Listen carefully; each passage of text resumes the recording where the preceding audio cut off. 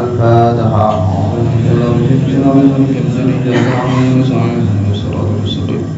صراط الذين أنعمت عليهم غير المغضوب عليهم.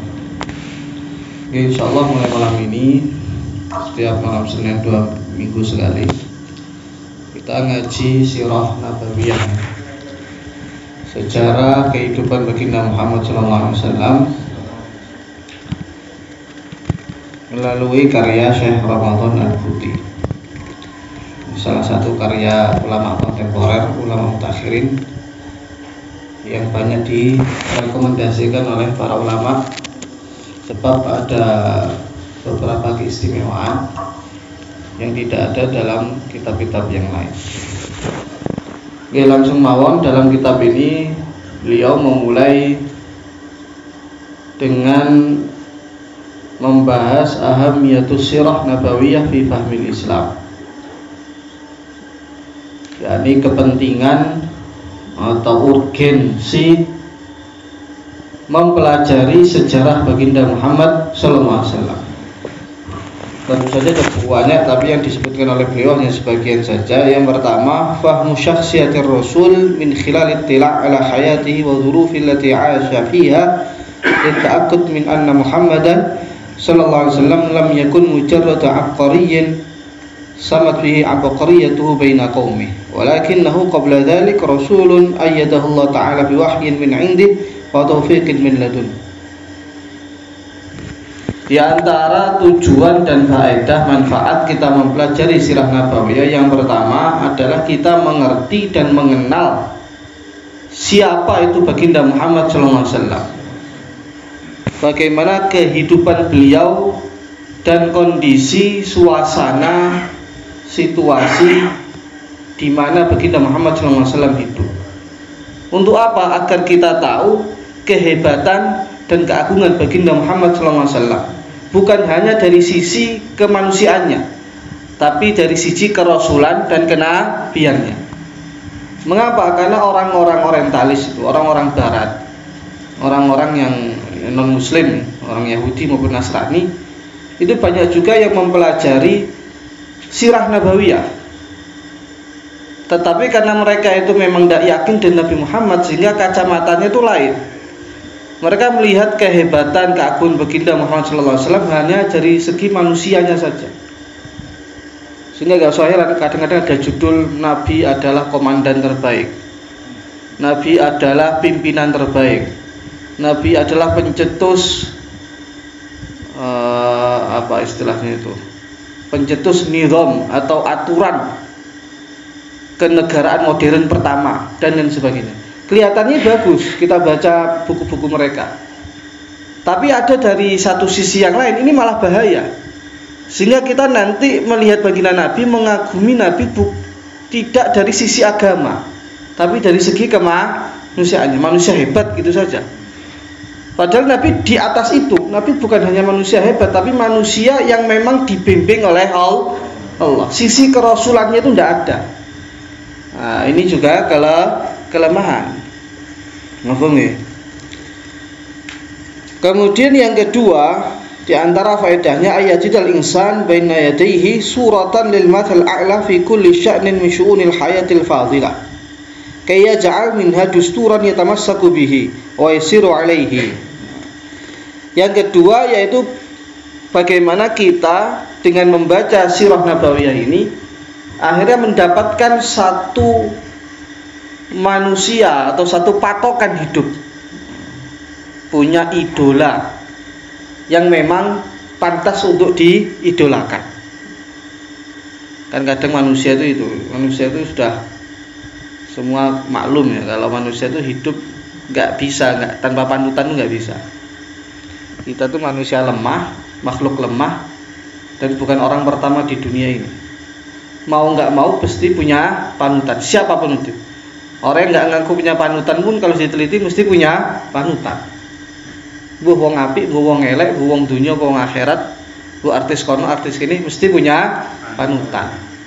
Nah, supaya kita nggak tersesat, maka kita banyak-banyak membaca, mempelajari sirah nabawiyah agar punya gambaran tentang manusia yang memang paling layak untuk dianut dan diidolakan. bahasanya mathalul a'la, manusia ideal yang tertinggi. Kemudian yang ketiga, ayatul insan fi dirasati siratihi sallallahu alaihi wasallam ma yu'inuhu ala fahmi kitabillah ta'ala wa tadhuqu ruhuhu wa maqasiduhu, atau wa tadhuqi ruhihi wa maqasidihi. Inna katsiran min ayatil Qur'an innama tufassiruha wa tujalliha al-ahdath allati marrat bi Rasulillah wa mawaqifihi minha. Di antara tujuan kita mempelajari sirah nabawiyah ini adalah untuk membantu memahami Al-Qur'an. Jadi Al-Qur'an itu enggak akan bisa dipahami kecuali dengan melihat kehidupan baginda Muhammad sallallahu alaihi wasallam. Dan ini juga enggak berarti sampai sini. Kita bisa melihat kehidupan baginda Nabi tidak akan sempurna kecuali dengan melihat kehidupan para sahabat. Maka lanjutannya habis sirah nabawiyah yang mesti ini hayatus sahabat atau hikayatus sahabat. Setelah hayatus sahabat ini juga gak bisa difahami kehidupan sahabat kecuali para ulama. Artinya memang ini saling berkaitan, tidak bisa dilepas. Aku Quran tok gak hadis, tidak bisa. Lalu Al-Quran diturunkan kepada baginda Muhammad, yang paling tahu Al-Quran tentunya yang paling ya baginda Nabi, dimana beliau orang pertama yang memang Al-Quran diturunkan untuk beliau. Maka nggak bisa lepas dari hadis. Hadis pun juga nggak bisa lepas dari para sahabat. Aku hadis sok sahabat mau kafe Pak Usiah.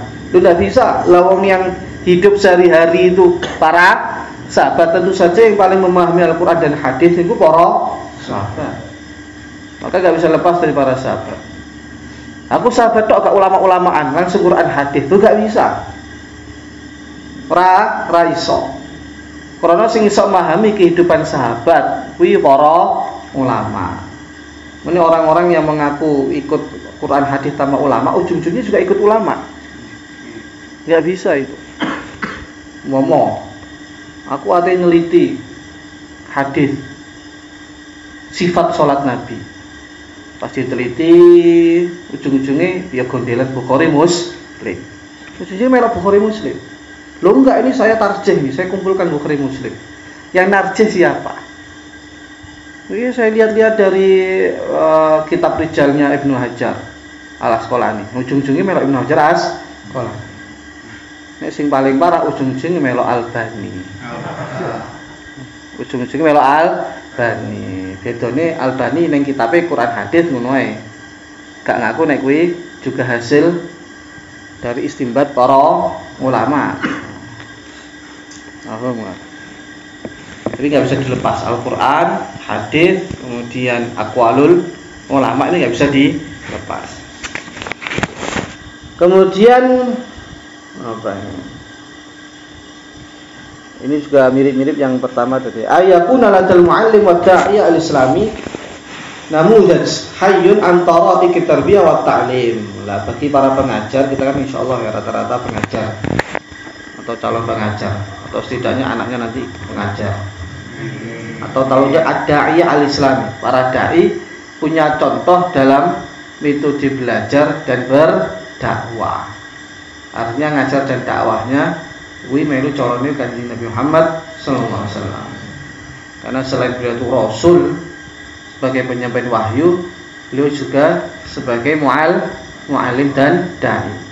Maka siapa saja yang ingin menjadi dai dan muallim yang benar, yang mestinya mengikuti cara Kanjeng Nabi. Nah, di sini nanti yang akan kita pelajari semua akan dijelaskan. Walaupun itu saja enggak terlalu rinci. Jadi Syekh Rahman Budi ini hanya mengambil beberapa peristiwa dan kejadian. Cuman kemudian beliau tulis hikmah-hikmahnya. Nah, ini yang mungkin lain dari sirah nabawiyah yang selain kitab ini. Tentu saja kitab yang ini juga punya kelebihan masing-masing. Oke, langsung mawon. Judul berikutnya yaitu Sirru Khasa'isi Jazairil Arabiyyah. Jadi Sirru Ikhtiyaril Jazirah Al-Arabiyyah Mahdan li Nasyatil Islam. Rahasia dipilihnya Jazirah Arab sebagai markas pertama Islam. Kenapa kok Arab? Ngapa kok gak Jawa, gak Kalimantan, kok gak di Afrika atau Persia atau Romawi yang lebih maju, lebih keren? Ngapa kok Jazirah Arab? Tentu saja ini bukan kebetulan. Allahu a'lamu haitsu yaj'alu risalata. Allah ya paling ngerti endi sing paling layak untuk menerima risalah. Di sini beliau sebelum menulis beberapa hikmah, beliau katakan bahwa pada masa kelahiran baginda Muhammad SAW, ya sekitar abad 6 Masehi atau abad ke-7 ya, abad ke-7 Masehi, itu dunia semuanya itu mengalami kerusakan moral yang luar biasa. Nggak cuma moral, kerusakan politik, ekonomi, termasuk yang paling parah itu kerusakan moral. Dan ini seluruhnya, termasuk bangsa Arab sendiri. Tetapi kata beliau setelah diteliti, ternyata yang paling minim kerusakannya itu bangsa Arab. Dan dari segi dasar-dasar atau bahan-bahan akhlak mereka yang paling mending itu Arab. Jadi jangan sampai ada yang pernah bilang bahwa Nabi itu dipilih di Arab karena yang paling rusak ketika itu Arab. Enggak, kan ada yang begitu. Kenapa Nabi dipilih di Arab? Karena Arab adalah bangsa paling rusak ketika itu. Loh enggak, terlalu rusak malah angel dandanannya. Dandanannya angel. Di bangsa Arab itu rusak juga, tapi rusaknya seperti kayak mutiara atau emas yang masih utuh. Tapi njobo niki bletok, telek-telek, maksudnya kotoran-kotoran. Sedangkan bangsa selain Arab ketika itu kayak emas wis remek, wis menyatu dengan telek. Nah. Paham nggih? Sebetulnya sama-sama rusaknya. Tapi bangsa Arab itu punya satu benih-benih yang luar biasa, cuman salah penyalahgunaan aja. Atau karena nggak ada ma'rifat kalau bahasa Syekhuti. Karena nggak ada ma'rifat sehingga mereka nggak bisa memanfaatkan istimewaan mereka itu. Contoh rusaknya, kata beliau, Persia dulu. Waktu itu Persia merupakan haklan liwasawis diniyah falsafiyah mutasariyah mukhtalifah. Karena fi az-zaradishtiyah allati i'tanaqa dawsultah hakimun. Wa kana min falsafatiha tafdilu zawajir rajul bi ummihi au bintihi au ukhtihi. Di ketika itu Persia itu terlalu banyak menerima tahayul. Istilahnya apa ya? Terlalu ndak materialistik. Jadi nanti Romawi kata beliau terlalu materialistik. Romawi terlalu dohir, nek Persiawi terlalu sing senengane dongeng-dongeng, mistik-mistik, sing goib-goib itu terlalu berlebihan. Itu orang Persia. Dari segi keyakinan begitu itu. Kemudian dari segi moral, ya rusak temen. Bahkan sampai tingkatannya mereka punya keyakinan yang diadopsi dari keyakinan Zoroaster. Ada yang mengatakan itu nama nabi sebetulnya. Dan ini banyak dianut oleh pimpinan Persia ketika itu. Dan di antara syariatnya kasarannya Zoroaster itu apa? Sangat menganjurkan pernikahan dengan mahramnya. Dinikah paling apik karo mboke, karo anake, bahkan karo dulure. Bahkan hatta inna Yazdajir atsani alladhi hakama fi awasitil qarnil khamis tazawwaja bi bintihi. Sampai Raja Yazdajir yang kedua, itu raja yang memerintah di pertengahan abad ke-5, jadi sekitar 1 abad 2 abad sebelum Nabi lahir, ngerabi anake dhewe.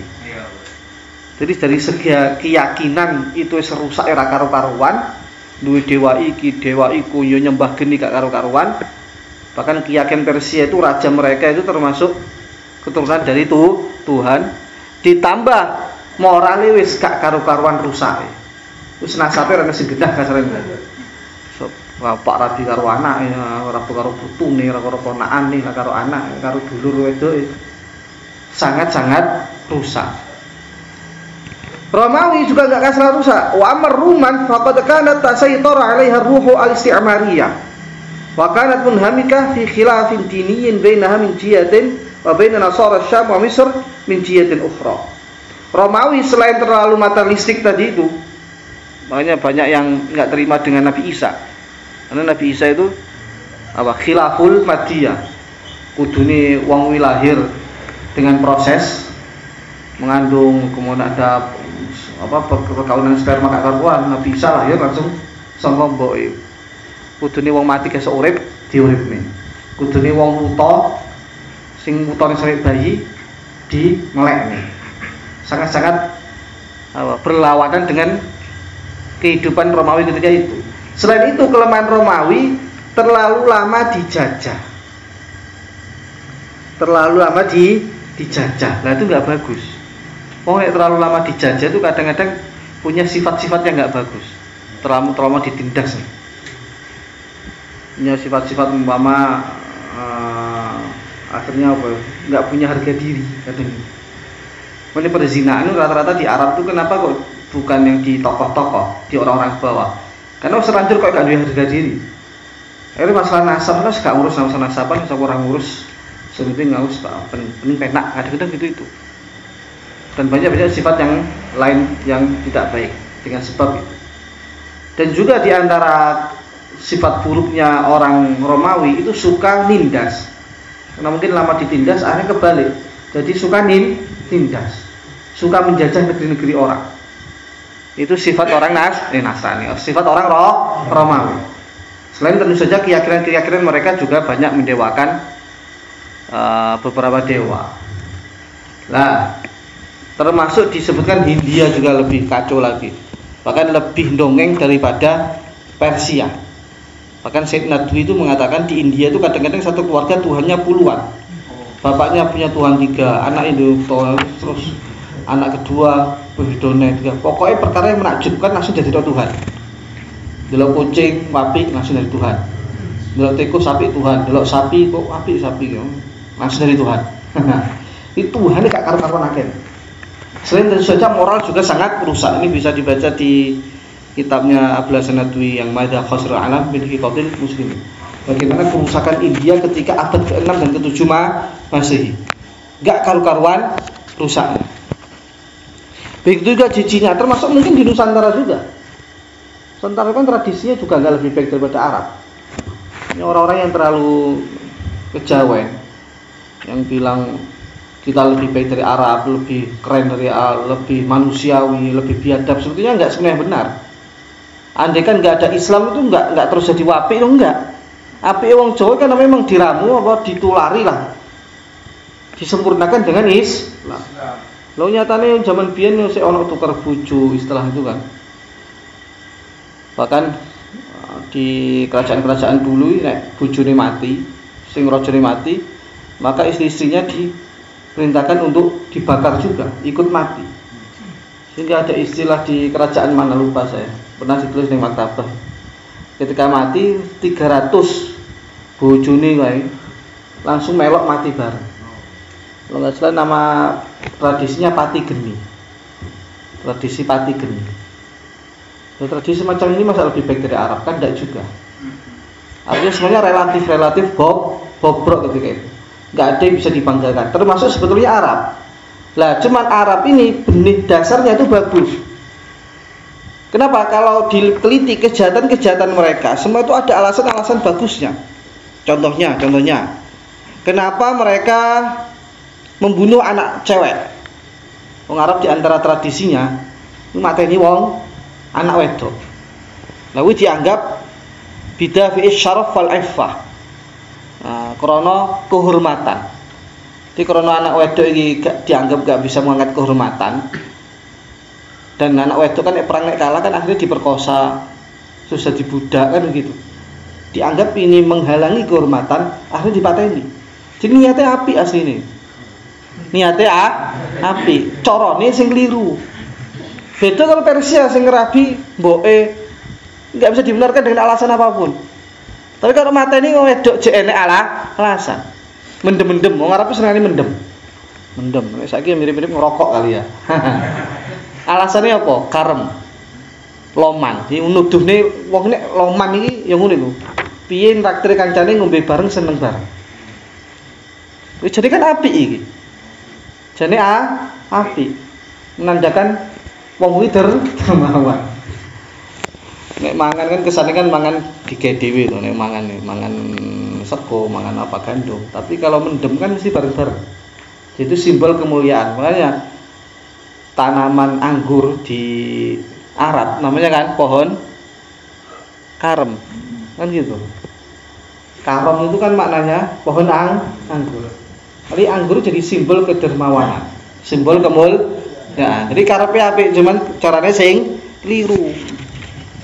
Kadang-kadang mereka perang, mau Arab itu, tapi perangnya nggak jajah, tawuran antar ini aja, antar kampung. Mau Arab begitu itu, walaupun kadang-kadang nggak ada apa-apa, tahu-tahu tawuran gitu aja. Benopo nampakkan kependekaran. Wong kan nek pendekatan terus gene musuhnya kan bingung, artinya apa? Gene gunane. Carane separing. Mun separing ini antar kabilah, kadang antar kampung panah-panahan, baca-bacoan. Ya mereka nggak ngerampas nggak gitu. Wis baca-bacoan selesai ya pergi. Itu. Ya di sejarah Arab yang lama gitu itu. Kadang-kadang ngoron di daerah apa gitu. Kewelut, baca-bacoan, panah-panahan, habis itu selesai ya udah selesai. Jadi mereka ingin menampakkan keberanian, kemudian loyalitas pada kaumnya tadi dengan cara yang nggak benar. Niatnya jadi api. Kemudian belum lagi ada sifat-sifat orang Arab itu yang memang susah dimiliki oleh yang lain. Di antaranya suka safar jauh. Suka safar jauh, dan ini sangat-sangat cocok. Digawe risalah kenabian itu.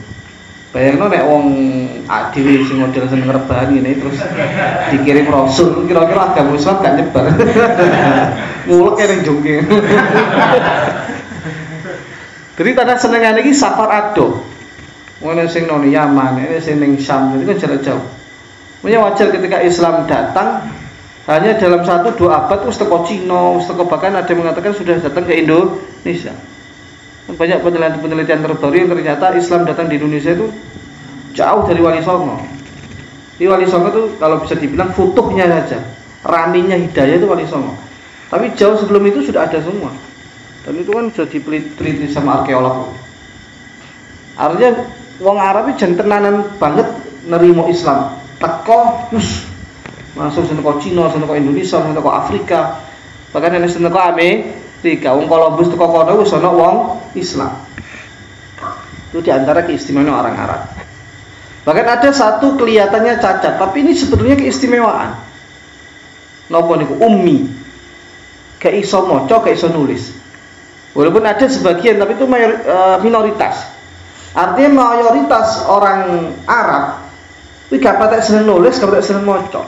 Ini kan sebetulnya cacat dibanding orang Persia, Romawi, apalagi Yunani ketika itu, di mana buku sudah banyak ditulis. Kelihatannya cacat, tapi sebetulnya ini keistimewaan.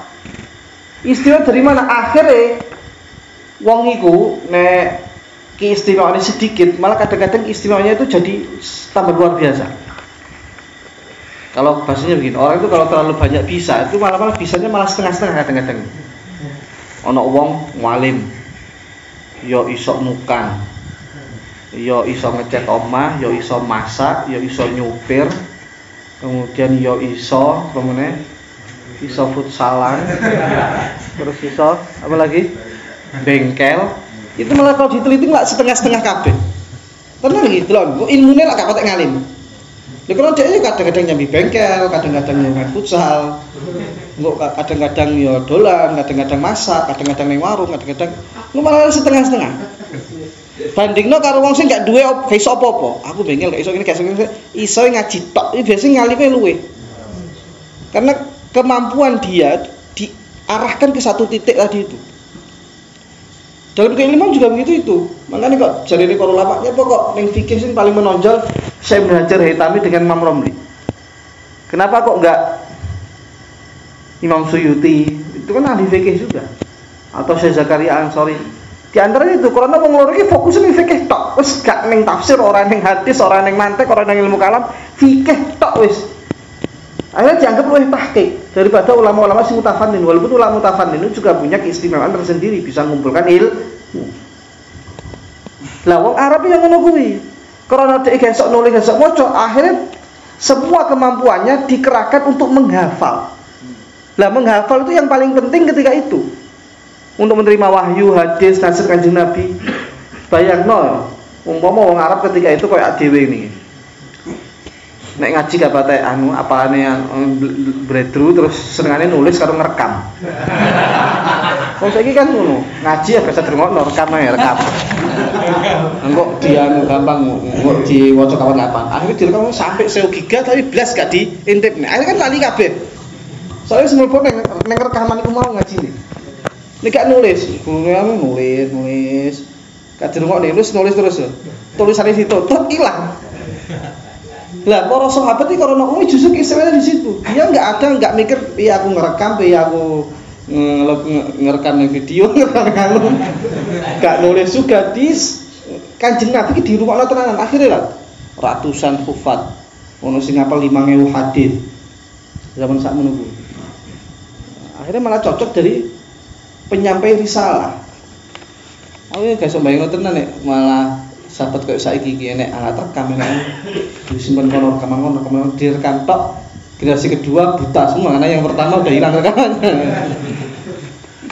Jadi itu suatu keistimewaan. Ummiyin itu keistimewaan. Cuman kadang-kadang orang barat itu kurang ajar. Lah ya Nabi kok dikirim ning bangsa ummiyin. Enggak maju belas. Coba Nabi itu ya dikirim ke Romawi atau Persia kan lebih keren. Loh tidak. Justru kerenan ummiyin ini. Apa ya?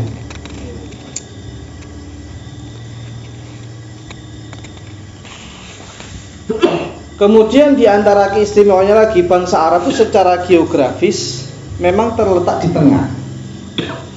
Jadi secara tadi ya, secara apa ya? Secara pemikiran tadi kan akidah juga lumayan tengah kan, nggak ekstrem kanan kayak Romawi terlalu materialistik, juga nggak terlalu ke kiri kayak orang-orang Persia yang khoyalnya itu terlalu tinggi. Jadi memang agama Islam kan pas. Ya iman bil ghaib, tapi masalah khurafat itu dibuang. Tapi juga tidak terlalu materialistik, antara tengah-tengah. Dan memang Islam kalau kita renungi pasti semuanya berada di tengah. Dari segi syariat, dari segi akidah, dari segi ekonomi pun, ekonomi syariat muamalah itu mesti di tengah-tengah. Bahasanya nggak terlalu komunis, juga nggak terlalu apa lawannya komunis?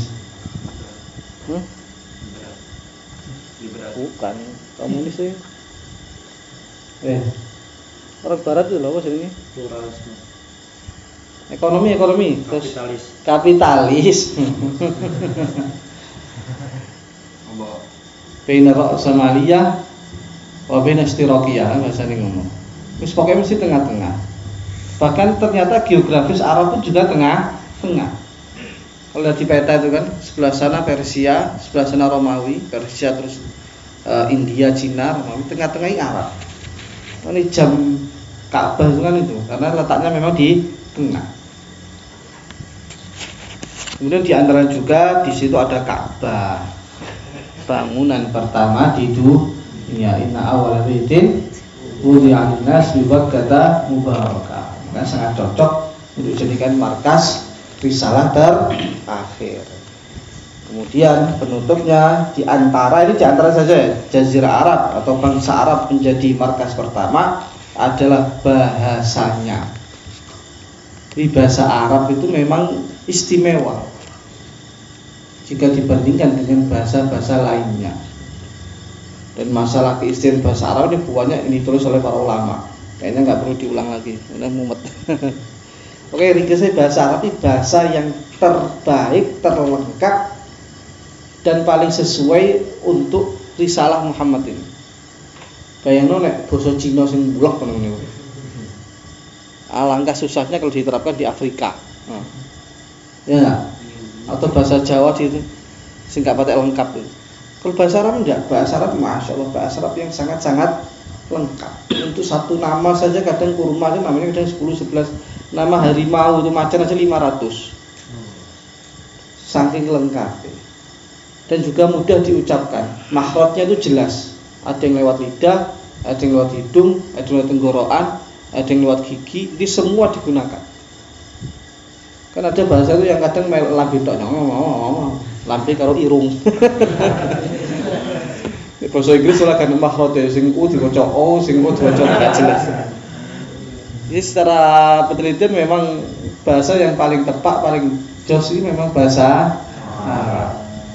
Dan betul, akhirnya ketika Islam menyebar, bahasa Arab pun ikut nyebar. Dan ini anehnya apa? Rata-rata pakar bahasa Arab, saking mudahnya bahasa Arab, itu malah non-Arab. Semua pendiri nahwu itu mulai Imam Sibawai, Imam Kisai, kemudian Imam Khalid bin Ahmad, kemudian setelahnya kau wabeh ki wong ajam. Kan aneh. Pakar Jawa tapi wong Inggris kan aneh.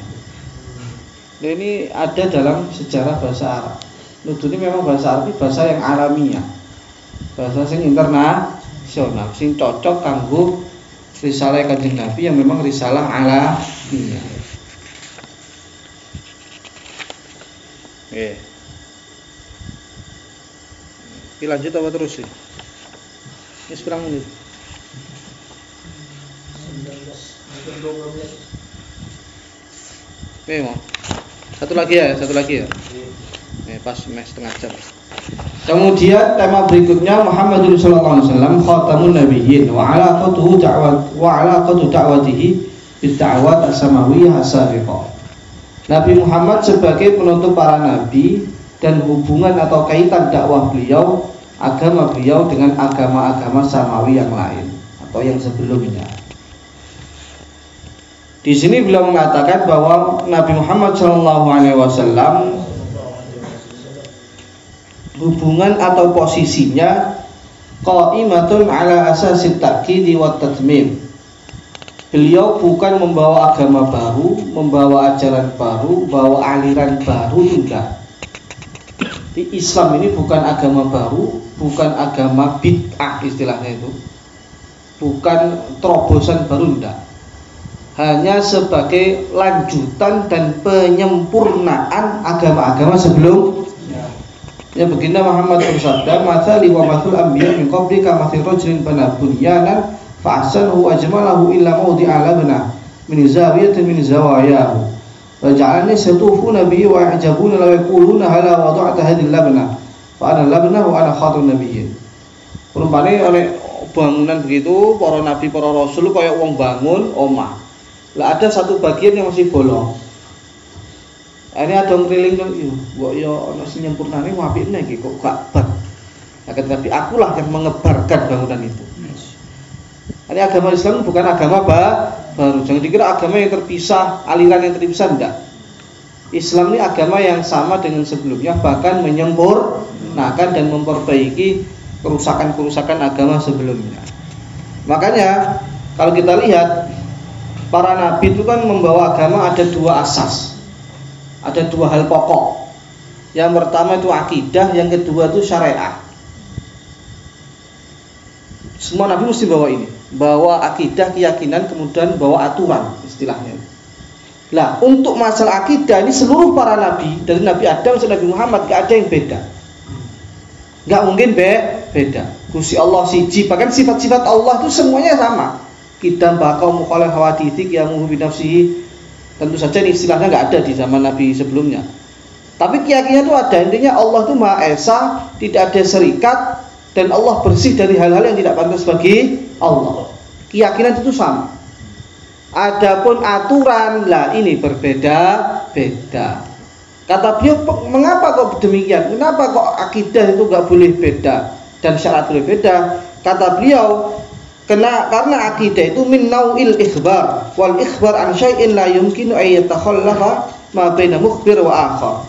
Karena akidah itu bagian dari berita, informasi. Allah satu, Allah nggak punya serikat. Ini bagian dari berita. Namanya berita yang nggak boleh beda-beda dong. Masa saya ngasih berita ke Ustaz Hasbul A, ngomong yang satu Mar B, ngomong satu Khalil C. Nah ini kan dusta berarti. Berarti dusta. Lah akidah itu bentuk dari ikhbar. Karena akidah bentuk dari ikhbar, maka kudu podo Nabi Adam sampai Kanjeng Nabi Muhammad. Nah, sedangkan syariat ini bukan ikhbar, tapi bagian dari insya, bagian dari perintah. Nek perintah oleh bedo. Wah, mam, aku kayak no kopi, kayak no teh, kayak no susu.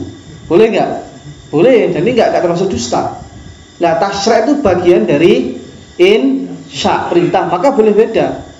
Yang kedua, tasyri' itu kan gunanya limaslahatil ibad. Di antara tujuan adanya aturan ini untuk kebaikan atau kemaslahatan hamba. Lah namanya maslahat itu berbeda-beda, setiap zaman beda-beda. Nabi Isa kuat-kuat, tek ngengkel-ngengkelan, makanya syariatnya antep-antep. Wabut-abut. Wanita kok haid. Zaman ini Nabi Musa, wih, bukan hanya nggak boleh dikumpuli, langsung dikena nggon dhewe, menyendiri, diasingkan. Terus nek ono najis ning baju, gak bisa disucikan, langsung digunting. Perang oleh ghanimah langsung dibakar, nggak boleh dimakan. Nek ono dosa kayak syirik gitu, tobatnya nggak cuma syahadat terus dibelah. Syariatnya masya Allah abot. Itu kalian bisa baca di kitab Syaraful Ummah Muhammadiyahnya Sayyid Muhammad. Di situ nyebutin bagaimana syariatnya Nabi Musa sing abot. Lho ya apa? Ya karena umat itu kuat-kuat, pinter-pinter, tur ngengkelan, kan sempurna. Bani Israil kan saiki kan mirip-mirip ini. Wonge gawa digedhik, kuat-kuat, seger-seger, tek ngengkelan, pinter-pinter pisan. Maka dikasih berat. Lah Nabi Isa agak turun, agak dirukshoh. Lah kanjeng Nabi Muhammad umurin pendek-pendek, penyakitnya oke. Lemah-lemah kayak ngantukan, tambah nemen meneh sare. Tambah, masya Allah lah pokoknya. Safal sidik jamaah, rada-rada kosor, kayak enek banyu tayamum, kademen sidik tayamum, loro sidik tayamum, kayak iso tayamum oleh, pas itu tuhuran langsung. Masya Allah, kayak sholat gaya tangan, gaya kedip-kedip.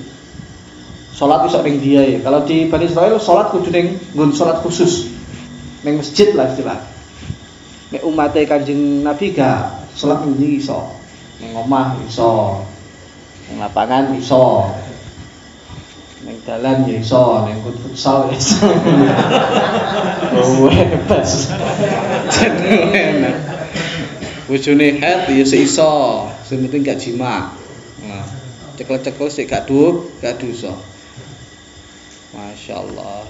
Iki kuwabeh karena memang kemaslahatannya itu paling pas. Nggih. Cukup. Ada pertanyaan enggak? Kayaknya istighosah. Kayaknya. Al-Fatihah.